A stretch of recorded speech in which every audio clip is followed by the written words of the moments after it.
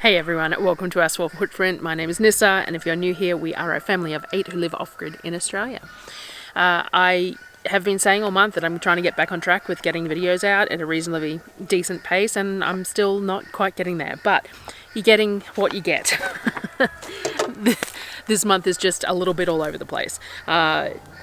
I think you forget each time you hit, like every winter you forget how hot summer is, and every summer you forget how winter is. You do that whole thing, like in the middle of winter you can't wait for it to get warm again, and then in the middle of summer you're going, why did I want it to be warm again?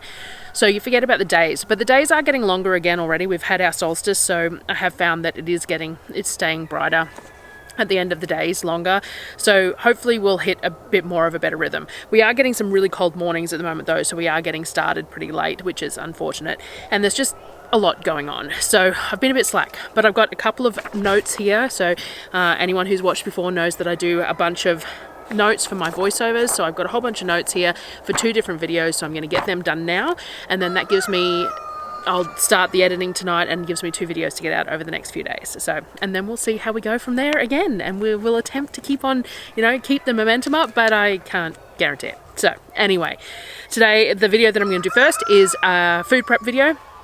So for anyone who hasn't been here before, we shop every 6 weeks. I drive 4 hours away and I do my grocery shopping at a fruit and veg, at a butcher, Coles, Aldi, Woolworths, Costco, and all that sort of thing.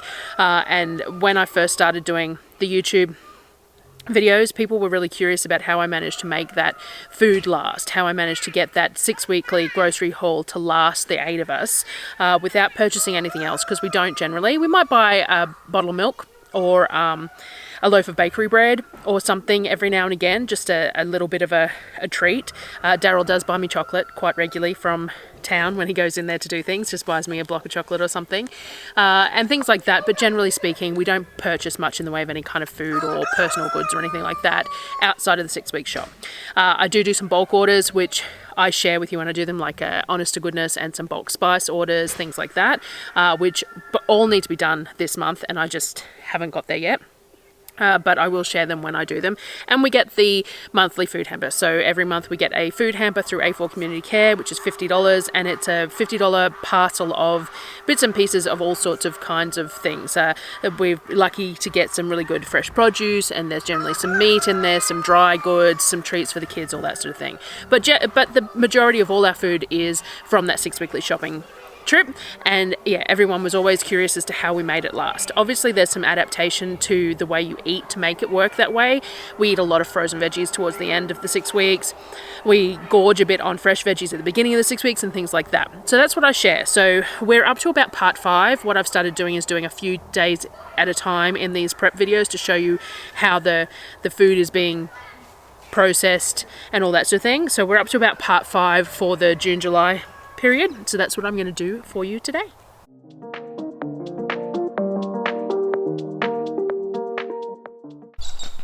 So one of the things that we bought on the trip was some avocados. These avocados were already getting pretty ripe, but it's been really cool here, so they've lasted quite well. I did process about half of these a few days back, but I lost the footage. It was the day that I lost all the footage of, so I was really glad that the rest of them looked good to be doing again. So this is basically exactly the same process as I did with the first half. I just didn't have enough space or time to do the second half. So all I do is I remove them from the skin. I use a dessert spoon and a knife and remove them all from the skin. I take any really discolored or hard bits off, but I'm okay if they're just a little bit brown or they have those veining through them. It's edible. And I'm using the bush lemons that Nicole gave me. So Nicole gave me a bag of lemons as well. I don't know what variety they are. They're a tough skinned kind of, they're tart, but they're not overly tart. They're quite nice. So I'm using them on the avocado to stop it from going brown as I'm cutting it. Lime juice is really nice in this, but I don't have any limes at the moment, so lemon juice is what it is. So I squeeze the lemons over the avocado as I'm going to make sure that they're all coated with that lemon juice. Once I've got all of them peeled and put in a bowl, I've been using I can't remember what this is called, the meat breaker-upper thing, Hackett or something, I think it was. I can't remember.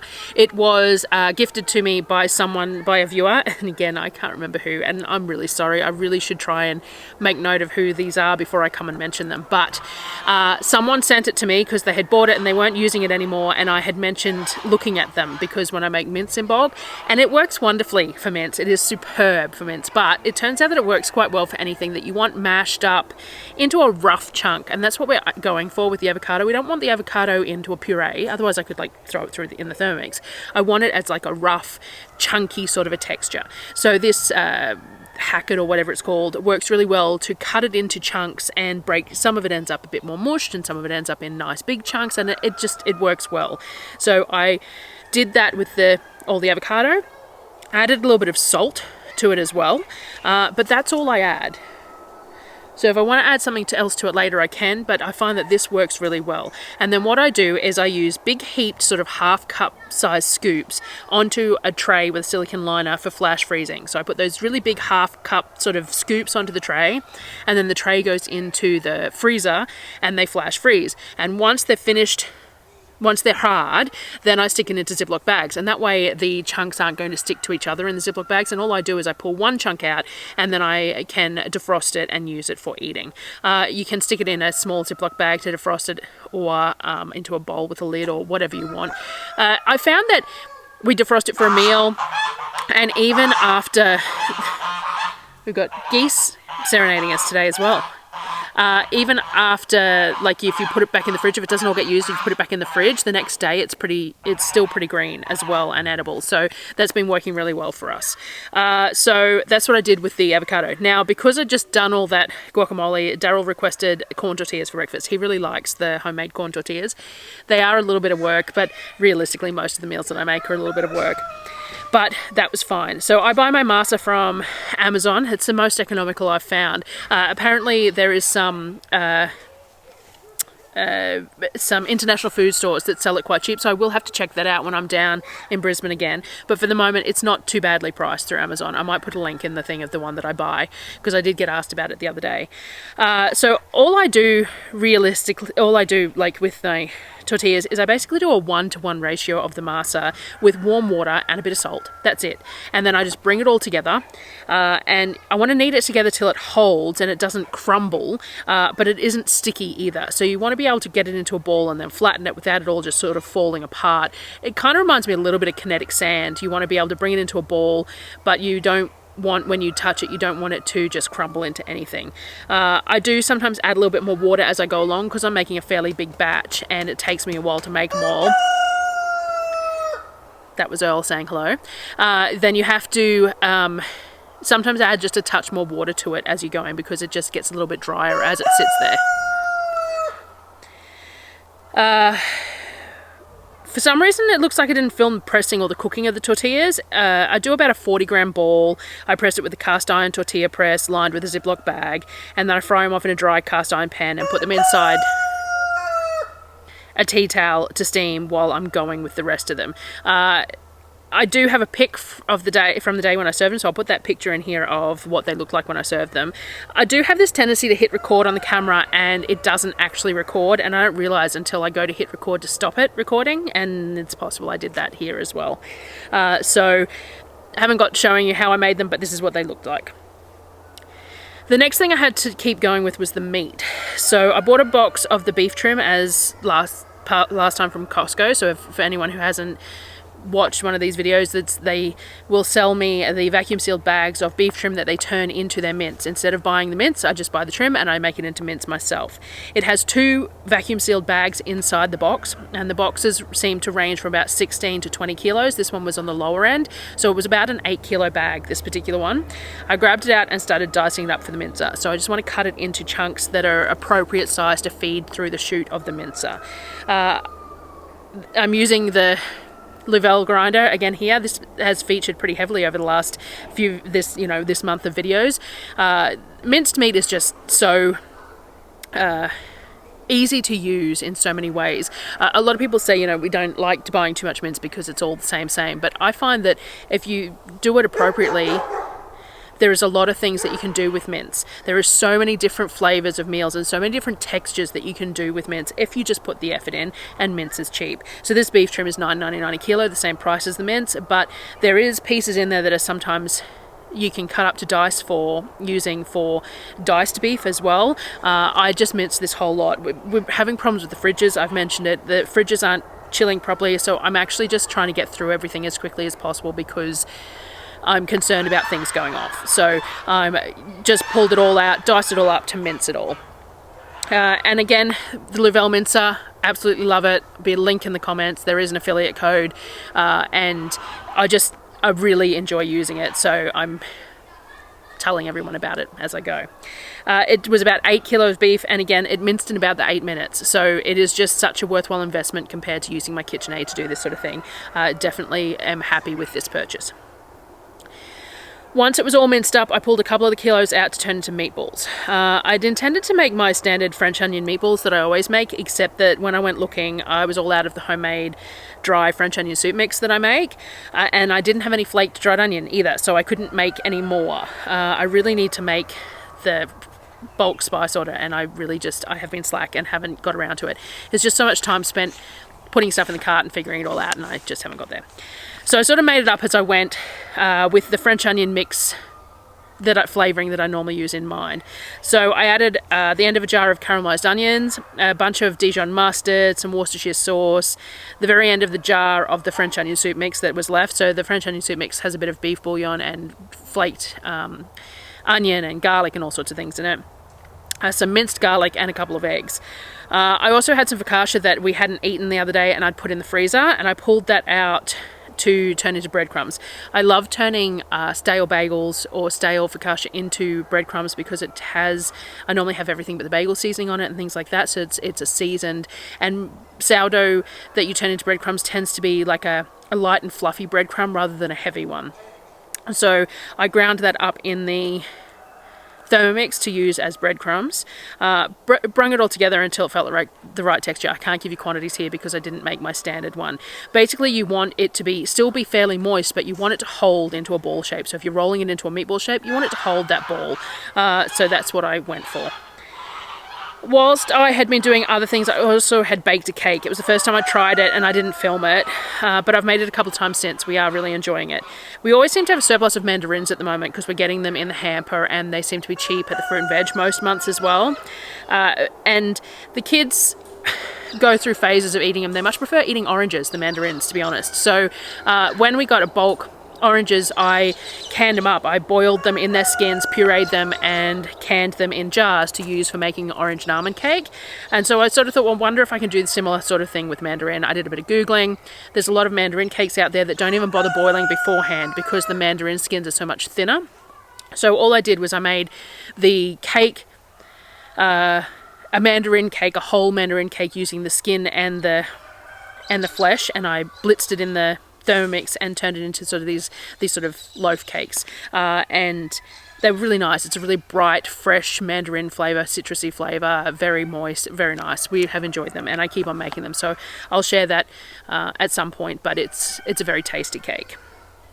Now for the meatballs, something that seems to perturb lots of people is I weigh out my meatballs. I have used the cookie scoops before, but maybe I just haven't bought an expensive enough one because I always seem to break them. The springs on them break, but also I find that squeezing motion of the lever to be quite hard on my hands and wrist. It's not a movement. Pincer grip is not my forte.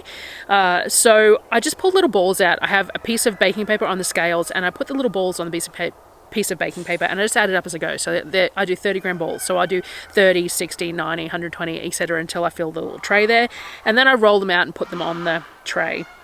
It means they all cook evenly because they're the same size, but it also means I know how many meatballs I'm getting out of a batch of mince, which is sort of important when you're feeding as many people as I'm feeding, to have enough there to make a specific amount of meals. And then when I'm freezing them, I put them in Ziploc bags or vacuum seal them in the quantities that we eat in a meal for everyone to have the amount that they have, depending on the meal. We do eat them in a variety of ways, but I like to bake them before freezing them. I don't like to freeze them raw. So I filled a half sheet and a quarter sheet because that's what fits into my barbecue, and I filled that again afterwards. And I put them in the oven or the barbecue, or my barbecue, because that's what my oven is, to bake. I attempt to cook them but not overcook them, because they're going to be reheated in whatever way for future meals as well, whether it's in a pasta sauce or with gravy or whatever. They're going to be reheated again at some point, so we don't want to overcook them.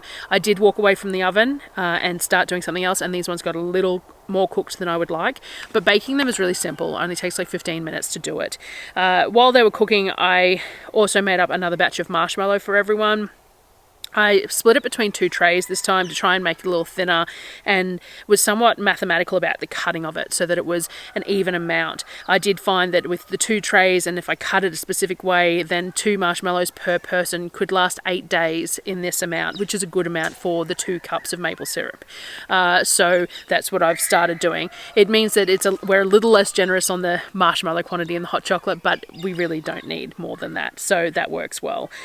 So that's what I've been doing, is cutting it in such a way that we get about 8 days of marshmallows at 2 marshmallows each for at this size sort of thing, per the 2 cups of sweetener in there.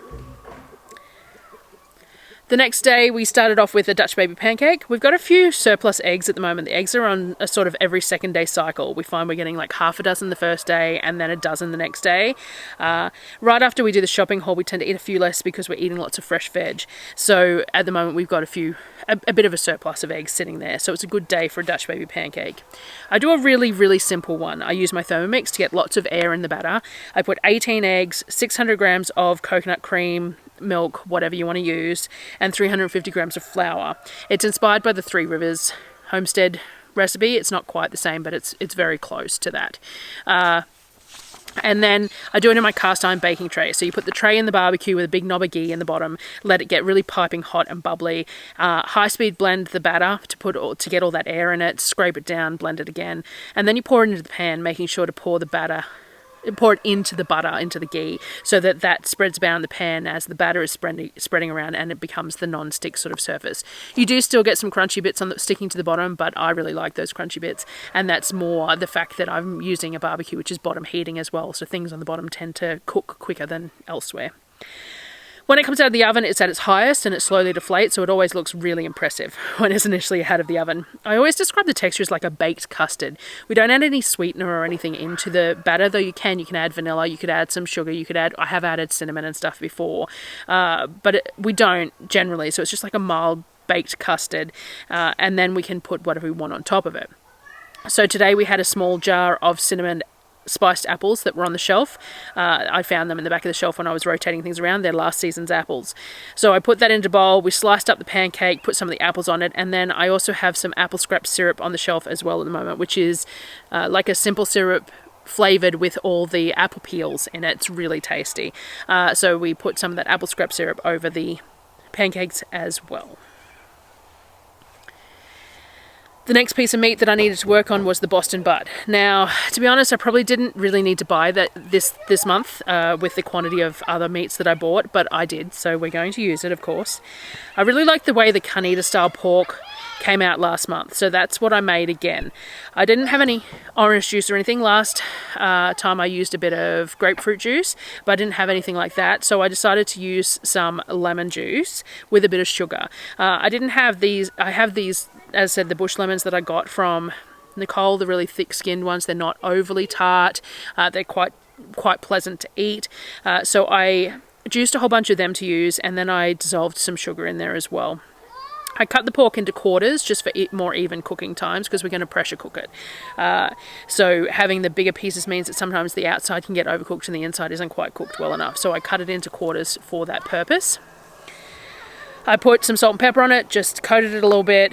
I put a cup of water in the bottom of the pressure cooker just so that until the pork could let off some of its juices, it wasn't going to burn, and then put the chunks of meat in there. I topped it with onion and garlic, the lemon juice that has a bit of sugar in it, and I had some chipotle and adobo that I had left in the bottom of a jar, so I put that in there as well for some heat. I cooked it for 90 minutes under pressure in the cooker, and once done, I checked the doneness, and it was just all falling apart, so that was perfect. because I had made that, we decided to have nachos for dinner using some of that. And the rest will go in the fridge to use tomorrow or the next day, and then what's left can be sealed up and frozen. I made a dairy-free cheese sauce for the nachos. I actually used the cookie dough recipe that comes on with the Thermomix. It had potato and carrot and stuff in it, and starch and things like that, seeing if they like the texture of it. They didn't dislike it, but I think they actually prefer my normal one. The recipe is described as like a stretchy cheese, and the picture makes it look like it's a little bit like a mozzarella stretchy type cheese with that starch in there, but it didn't really feel like that. It had the viscosity to it with the, like, it was a little bit stringy, I suppose, but it wasn't really stretchy cheese. I don't know. It was okay. I put all the pork in a big bowl and shredded it, adding in plenty of the juices. Now, a lot of the recipes for the Canada style pork, they put the juices separate to the pork for storage, and then you crisp the pork, then add the juices to it. We're really not fussed on that. We're happy to have the fat and the sauce in with the meat because we use it in such a variety of different ways. So I don't really care about them being mixed up. We did all the normal things for nachos. Corn chips go in the tray. It gets heated at 200 for 5 minutes. Then I add the pork and the salsa, heat it for another further 5 to 10 minutes, and then drizzling it with the cheese. Of course, we don't need to melt that faux cheese. It just needs to be warmed through. If you're using grated cheese, then you'll need a bit more bump in temperature and a bit more time at that end to get that melted. But the drizzle, vegan cheese, whatever you want to call it, dairy-free cheese, doesn't really need any cooking as such. It just needs to be sort of heated through, so it doesn't need very long in there for that to happen. So that was what we did. I find doing it in layers like that helps to keep the corn chips nice and crispy too, which is why I do it in those stages. So that was dinner that night. So we got through a whole lot of the meat there. The mince that I didn't use for the meatballs got vacuum sealed up into 2 kilo lots to go in the freezer, and we can make bolognese with it, lasagna, pasticcio, anything like that, anything I decide I want to make. So that's in the freezer for use for that. I always like having some big bags of mince, beef mince, in the freezer because it makes such an easy thing to make a meal with. A couple of tins of tomatoes and some beef mince and a few seasonings, and you've got a pasta sauce, and that just works well. The rest of the pulled pork will have gone in the freezer after we've used it. I'm sure there's probably in the next video, there's probably a few things that I've used it for, and then it will get vacuum sealed up and put in the freezer as well. And yeah, so that was the next few days of using up the abundance of food at the beginning of the 6 weeks so that we can use it all the way through to the end of the 6 weeks. So I hope you enjoyed watching and got some inspiration in there somewhere, and I will see you on the next video. Thanks, guys.